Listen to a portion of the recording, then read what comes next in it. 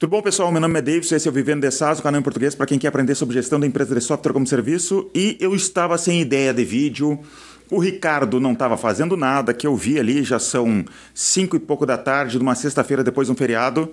E eu pensei assim, vou chamar o Ricardo, daí eu aproveito conversando com ele, de repente sai algum vídeo interessante, né? Para quem não sabe, o Ricardo é meu sócio aqui no gestor, ele é o responsável pelas equipes de vendas aqui, ele que cuida dos vendedores, né? Porque o vendedor dá trabalho e ele que cuida disso.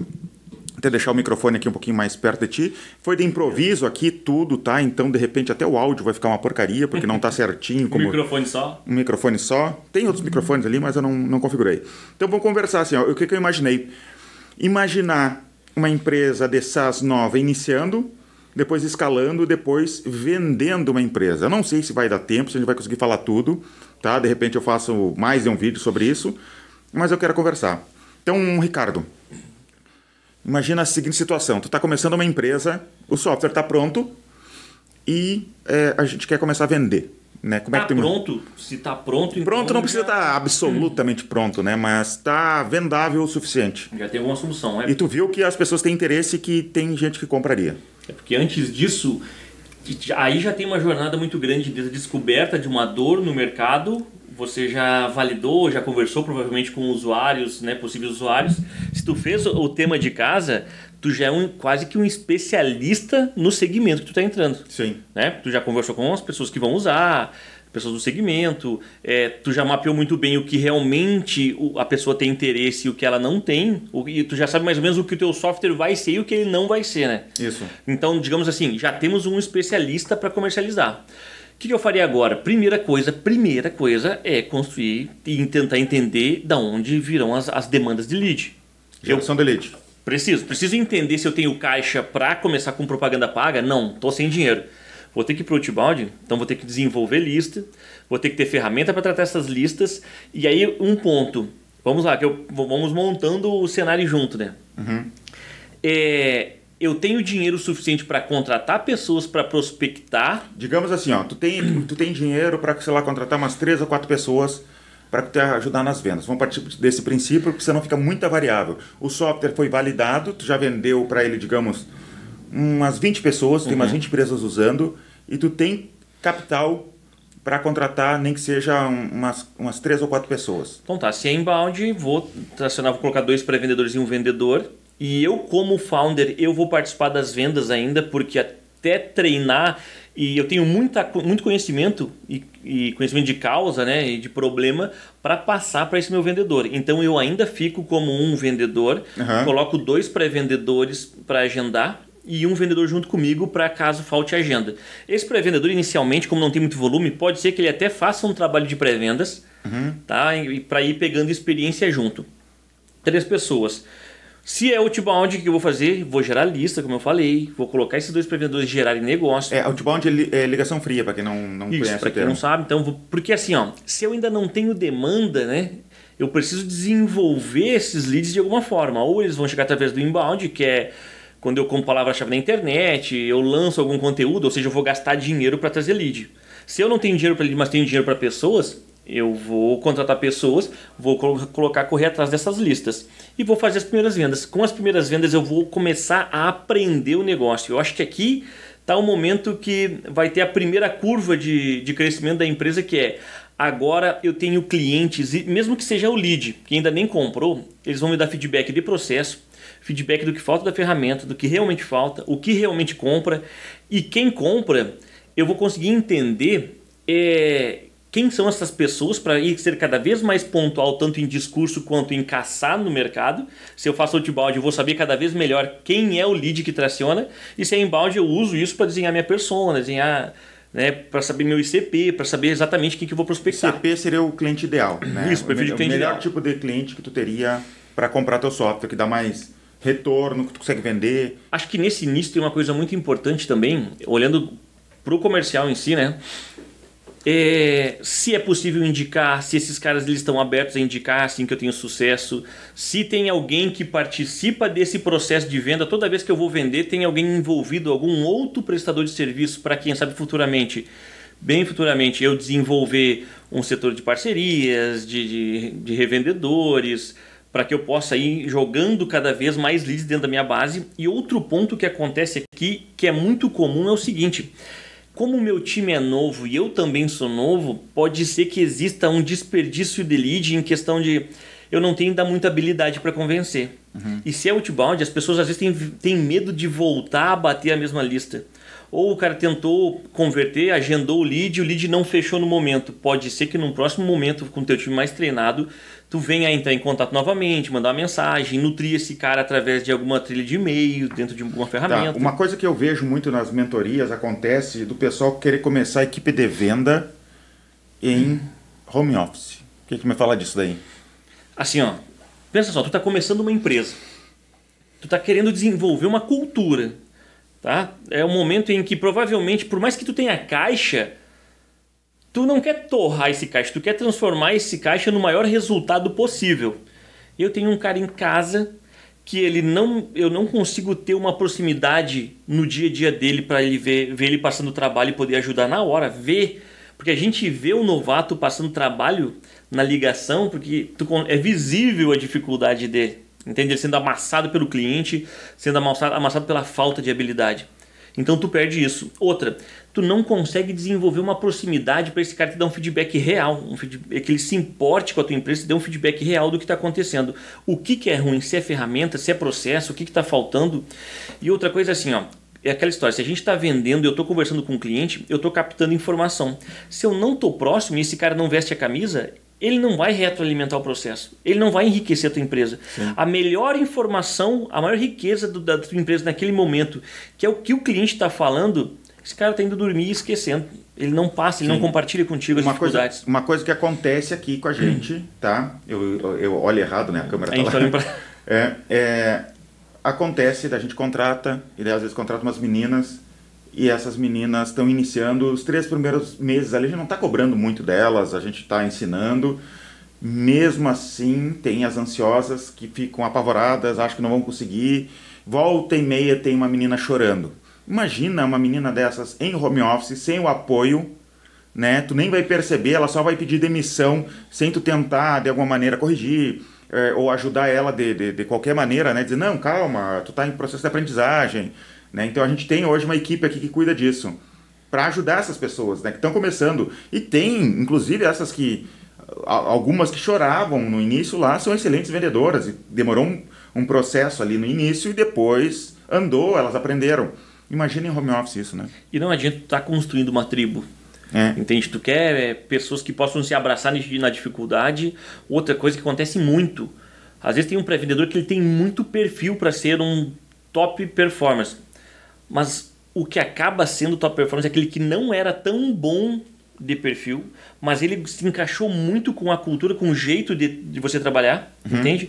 Gostou do projeto, se encantou por aquele novo cenário. Aconteceu comigo, vim de um mercado diferente, caí numa startup, é um cenário diferente de trabalho. E aí o cara no dia a dia vai se apaixonando. Ele entrega tanta constância e ele se importa tanto com a qualidade do que está sendo entregue, que ele vai te entregar muito mais do que tu paga. Porque assim, ó, assim como você acaba vendo um cara home office como uma pessoa para fazer o braçal, como um número dentro da empresa, alguém que vai fazer uma função específica e é isso daí, ele também vê esse dinheiro como somente trabalho, somente geração de caixa para pagar as contas dele. Ele pode muito bem desplugar daqui, plugar na próxima empresa e continuar trabalhando. E outra coisa é, como eu não gerei um vínculo contigo, qualquer momento, qualquer proposta melhor vai me parecer mais, que eu estou passando trabalho e vou testar porque lá é melhor. E aí por um sonho ou qualquer coisa que você falar, ele vai se ofender muito mais e vai embora e tu vai perder o cara. Tá, mas não vou ficar falando muito do home office, essa é a nossa opinião, né? Cada um sabe de si. Não duvido que tem empresas por aí, já conversei com algumas que conseguiram, mas eu não sou muito a favor. O ponto aqui é assim, ó, o início ali, o discurso de venda, como é que tu estruturaria isso? Pensa, eu, o administrador da empresa, vou ser o vendedor, como tu imaginou, tem aquelas pessoas novas ali, como é que eu ajudo essas pessoas no discurso de venda delas? Bom, primeiramente, é importante que tu desenhe uma ligação básica para ela começar. Porque assim, ó, pensa só, é uma pessoa que ela vai tentar replicar um discurso já desenhado. E aí você pode treinar isso, vamos conversar depois sobre treinamento, mas inicialmente o discurso básico, digamos que é o primeiro que tu está fazendo, tem que ter a seguinte estrutura. A apresentação, para que a pessoa saiba com quem ela está falando, afinal é uma conversa profissional. Depois rapport, uma quebra de gelo para que a pessoa se sinta à vontade. Lembrando que às vezes tu está ligando, fazendo uma ligação fria e o cara não está te esperando, ou mesmo que ele tenha feito um cadastro no teu sistema, provavelmente ele não está esperando aquela ligação. Sim. Então, esse cara pode estar fazendo qualquer coisa. Ele pode estar lidando numa máquina dentro da empresa dele. Ele pode estar conversando com alguém, resolvendo um problema, atendendo um cliente, tu não sabe. Então, tu precisa dessa conexão no teu pitch inicial para que ele sente contigo e aí consiga te escutar, prestar atenção no que tu está falando. Sim. Porque uma coisa que a gente vê muito em pré-vendedor novo ou processo novo, até quando tentam vender pra gente, o cara sai atropelando a conversa e eu não tô nem prestando atenção. Então, se ele tiver o melhor discurso do mundo, se não tem atenção do outro lado, cara, não serve de nada. Contar uma que aconteceu, o Ricardo viu esses tempos. Teve um ex-funcionário nosso, ele saiu e foi para uma outra empresa, tá? Vamos chamar de empresa X. Daí ele ficou um tempo nessa empresa X e foi para uma terceira empresa. E ele queria me vender uma coisa aqui. Me ligou, atendi, né? Um amigo nosso. Atendi. Davidson, porque não sei o que, eu tenho isso aqui para vender para vocês, porque é lei, porque não sei o que, não sei o que mais. E eu disse assim, cara, eu não sei se a empresa X te estragou, mas só sei que tu não tá usando nada do que eu te ensinei aqui nos processos de venda. Nada. E vamos voltar a falar sobre isso. É um bom tópico, porque está muito no início da empresa. Mas então vamos lá. Apresentação, um rapport para ter uma conexão, o cara sentar e prestar atenção. E agora eu começo a falar de negócio. Vou qualificar, eu estou falando como pré-vendedor. Vou qualificar esse cara para ver se realmente ele tem fit com o que eu entrego. E depois uma passagem de bastão. Esse aqui... essas camadas são a estrutura de uma ligação de um pré-vendedor para helicóptero ou para vender um sistema mais simples do mundo. Tá? Essa é a qualificação. Claro que cada camada vai ter um tamanho diferente de acordo com o tamanho do teu negócio.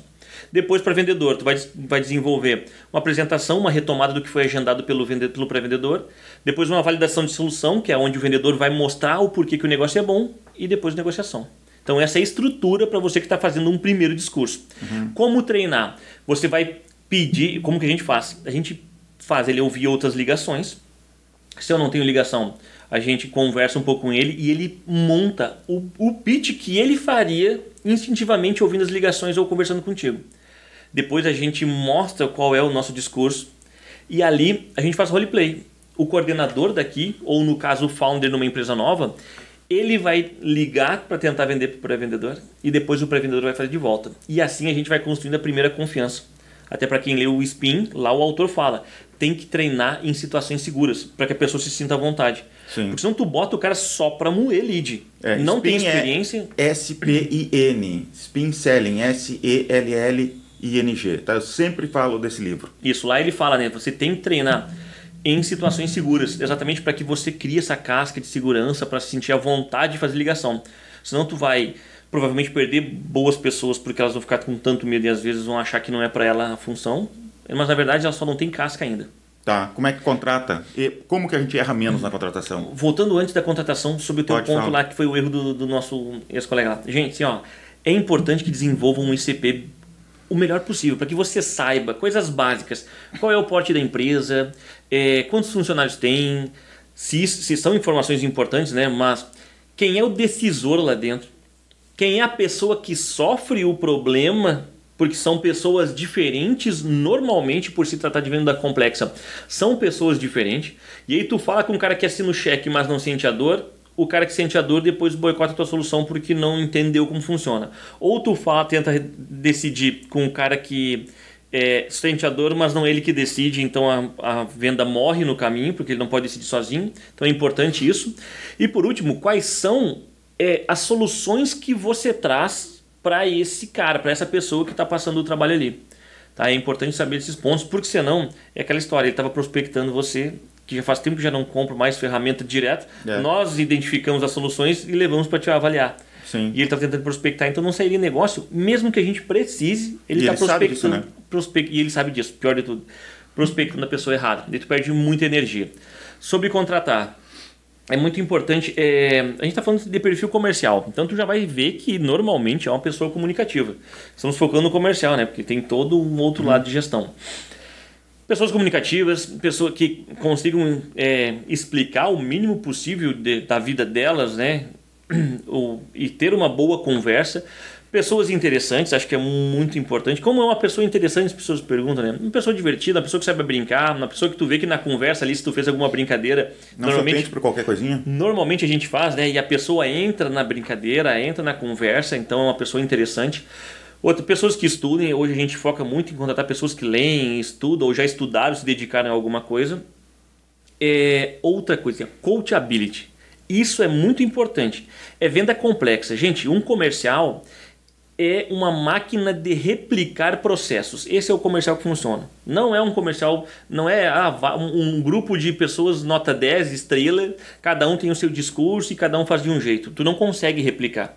Tu precisa de pessoas de nota 7, 8 para cima que consigam replicar um processo. Só que se a pessoa não consegue entender um processo, sintetizar e transformar aquilo em conhecimento, em atitudes, em ações, não adianta de nada. Tu fica tentando ensinar e a pessoa não consegue aprender e aplicar. E aí não adianta. Então, na entrevista, a gente faz alguns testes. Um teste que a gente faz até para compartilhar com vocês a gente pede para que a pessoa venda alguma coisa, sem técnica nenhuma. Ela vai tentar normalmente vender da forma humana, que é totalmente errada. Depois a gente dá um feedback, né? O coordenador vai lá dar um feedback para essa pessoa, o entrevistador dá um feedback para ela, ensina como ela deveria vender e pede para ela vender novamente. Se houver uma mudança, se tu conseguir ver que a pessoa está tentando aplicar aquilo que tu ensinou... Ela tem coachability. Ela tem coachability. Ela já, em poucos segundos, minutos de conversa, ela já pegou um pouco de noção, essa pessoa... Porque assim, a gente já testou no passado pessoas diferentes que parecem muito boas como vendedoras, mas daí acontece da gente, vamos fazer... Ela já está contratada, a gente... Ricardo, faz tal coisa aqui que eu acho que vai funcionar. Não, isso aí não vai funcionar. Não, isso eu já tentei 1000 vezes, isso aí não funciona. Então esse tipo de pessoa que não quer tentar, não sabe... Não estou dizendo que ela não possa de alguma outra maneira argumentar de vez em quando com a gente, mas a gente tem pessoa que tudo que a gente fala, nada é bom, nunca é bom, né? E tu sabe assim, é um indicador, né, chave de performance do pré-vendedor é quantidade. Quantidade de ligações de mensagem, quantidade de atividades no geral. Se o cara desiste muito rápido, tu já tem um baita indicativo que esse cara não vai conseguir ser feliz. Não é que ele não, às vezes não é nem que ele não tem capacidade, ele tem capacidade de aprender, mas em pouco tempo esse cara vai estar cansado e não vai estar mais interessado em fazer. Sim. E sabe uma coisa, uma história aqui para compartilhar? Teve uma época que nós contratamos uma empresa para nos ensinar outbound e tal, e ela fez entrevista com as pessoas que eu selecionei dentro da empresa. E as que reprovaram porque na tentativa de venda lá com ela, elas não foram insistentes. Elas não tentaram de novo. Sim. Eles davam algumas charadinhas e a pessoa não conseguia mesmo, não sei. Não ficou tentando dar resposta, mas e se eu fizer tal coisa? Essa pessoa aí, provavelmente como pré-vendedor, e ainda mais se é outbound, uma ligação fria, não vai sobreviver a tempo, não vai cansar. Tá, então a gente viu tudo isso, como iniciar, venda, contratação. Como crescer. Como crescer. Eu acho que a gente não precisa gravar hoje para como crescer. Deixa o pessoal comentar aqui embaixo se tem interesse nisso. A gente grava um outro vídeo, né? Então já tem 18 minutos esse vídeo aqui. Não vou deixar. Quer mais detalhes também? Olha a plataforma Vivendo SaaS, tá? Tá aqui na descrição do vídeo. Tem a plataforma Vivendo SaaS. Lá tem aulas. Fala um pouco das aulas que tu já gravou lá. Lá nós gravamos já sobre esteira de prospecção, que mostra tudo onde você pode travar. Os 10 canais que nos levaram a faturamento de 1 milhão mensal. Os 10 canais que a gente desenvolveu. Tem muito sobre processos de comerciais dentro da ligação, habilidades para vendedor, desafios do vendedor em si, onde ele pode trazer, habilidades que ele pode desenvolver para não travar na venda. Tem bastante coisa sobre vendas em si. Então tá, é isso aí, se inscreva no canal, tá? Inscreva aqui no canal, comenta aqui embaixo. Tu quer ver outros vídeos com o Ricardo, tá? Avisa, de repente o Ricardo que é um chatão e ninguém quer ver ele. Comenta aqui embaixo, não, eu gostei muito, que daí isso me ajuda, para não ser só eu falando sempre, né? É legal ter outras pessoas às vezes falando, para ter uma visão diferente. O Ricardo tem uma visão diferente e é bom, né? A gente se complementa aqui na empresa. Então, muito obrigado, Ricardo. Valeu, pessoal. E até os próximos vídeos. Até mais.